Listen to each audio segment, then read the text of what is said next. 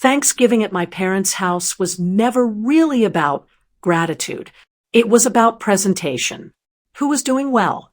Who wasn't? And where everyone stood. That year, 14 people were at the table. Your one click can keep these stories alive. Subscribe, because every voice deserves to be heard. Don't miss out on the journey. Subscribe and let's grow, laugh, and learn together. Relatives, family, friends, and a few guests my father had invited to network, even during a holiday dinner. The house looked perfect. Polished dining table. Expensive cutlery. Everything arranged to impress. I arrived 10 minutes early. Like always, I helped my mother in the kitchen, setting dishes, organizing plates, making sure everything was ready. It was easier that way. Less talking, less explaining, less judgment. Voices filled the living room as guests began arriving. Laughter, handshakes, introductions. My father's voice stood out above the rest. Confident, loud, controlled.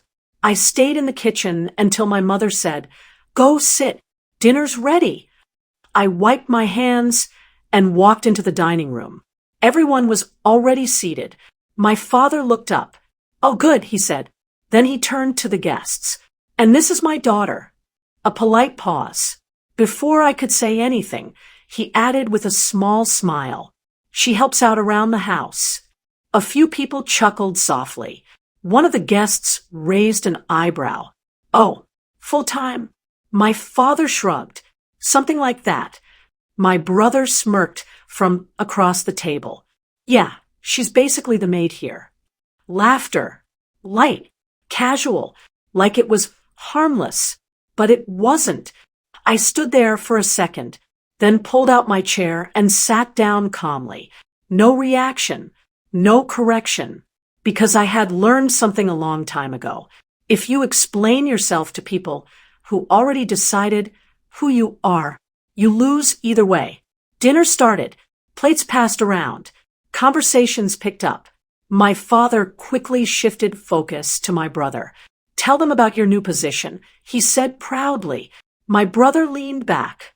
"Senior analyst now?" he said. Impressed nods followed. "Very nice. That's a big step." My father smiled. "That's what discipline looks like." Then, almost like a routine, his attention returned to me. "And she," he said, gesturing casually, "prefers simpler work. More smiles. More assumptions." I picked up my fork and continued eating. Across the table, one of the guests looked at me. "So what do you actually do?" he asked. Before I could answer, my father responded again. "She doesn't really have a career path yet."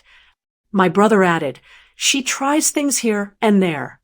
A few people nodded politely. Translation, not successful. I took a sip of water. Still calm. Still quiet. Because they didn't know. Not about the company. Not about the investments. Not about the fact that the simple work they laughed at had quietly built something far bigger than anything at that table. But I never told them, because every time I tried, it turned into a lecture. You need stability. You need a real job. You're wasting time. So, eventually, I stopped explaining. Halfway through dinner, one of my father's business guests leaned forward. "You must be proud of your children," he said. My father smiled immediately. "Very proud," he said, nodding toward my brother. "He's on the right path." Then he paused and added with a small shrug, "And she helps where she can." More laughter. 14 people, all hearing the same version of me, the same label, the same story. I set my fork down gently, not angry, not upset, just done. I looked around the table, at every face, at every assumption, and for the first time that night, I decided to speak, because sometimes silence isn't strength. Sometimes it's permission. "I don't work here," I said calmly. The table quieted slightly. My father gave a small laugh. "Of course you don't," he said. "It's just a joke." I shook my head. "No, I continued. I don't work for this house. A few people exchanged glances. My brother smirked. Then what do you do? He asked. For the first time, no one interrupted me. I own the company that manages properties like this. I said. Silence. My father frowned. What are you talking about? I leaned back slightly. The real estate group, I said. The one that acquired most of the homes in this area over the past few years. One of the guests straightened in his chair. I've heard of that, he said. That's a major firm. I nodded. I know. My father shook his head. That has nothing to do with you. It does, I replied. I built it. The words settled over the table. Heavy, uncomfortable.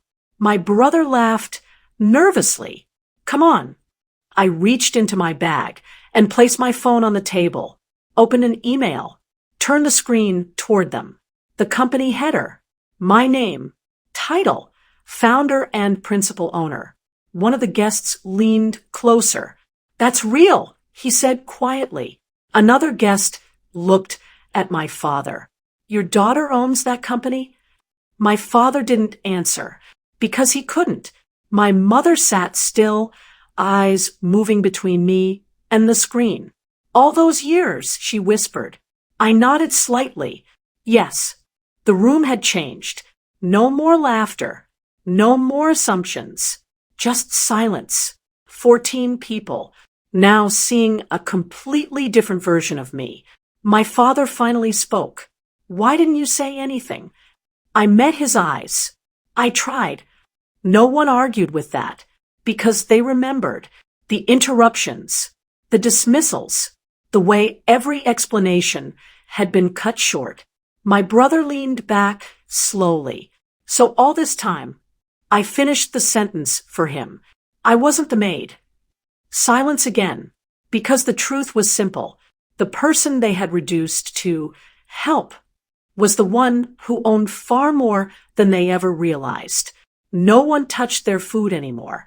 The room felt smaller, quieter, heavier. My father stared at the table, then back at me. You're serious? He said. I am. One of the guests spoke carefully. That company manages properties across multiple cities, right? Yes, I replied, and recently expanded into international markets. I nodded. A few people exchanged looks, because now they understood. This wasn't small. This wasn't helping around the house. This was something far beyond what they had assumed. My mother looked at me again. All those late nights, she said softly. That's what you were building? Yes. My brother exhaled slowly. And we thought. He didn't finish the sentence. He didn't need to, because everyone at that table knew what they had thought. My father leaned back in his chair. For once, he had nothing to correct, nothing to criticize, just silence.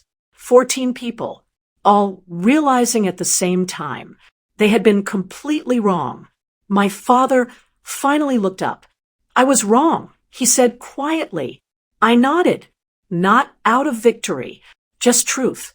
I glanced around the table. 14 people. No laughter now. No labels. Just silence. I didn't need to prove anything, I said calmly. I just needed you to listen. No one spoke after that, because the person they called the maid was the one who built everything they respected. Dinner never really recovered after that. The conversations came back slowly, but carefully, measured, different, because now every word carried weight. My father cleared his throat once or twice, like he wanted to say more, but didn't know how. My brother stayed quiet. For the first time in years, my mother kept glancing at me as if she was seeing someone new, but I hadn't changed. Only their understanding had. I stood up to help clear the table. Out of habit, my father noticed. You don't have to do that, he said. I paused, then gave a small smile. I know. And for the first time,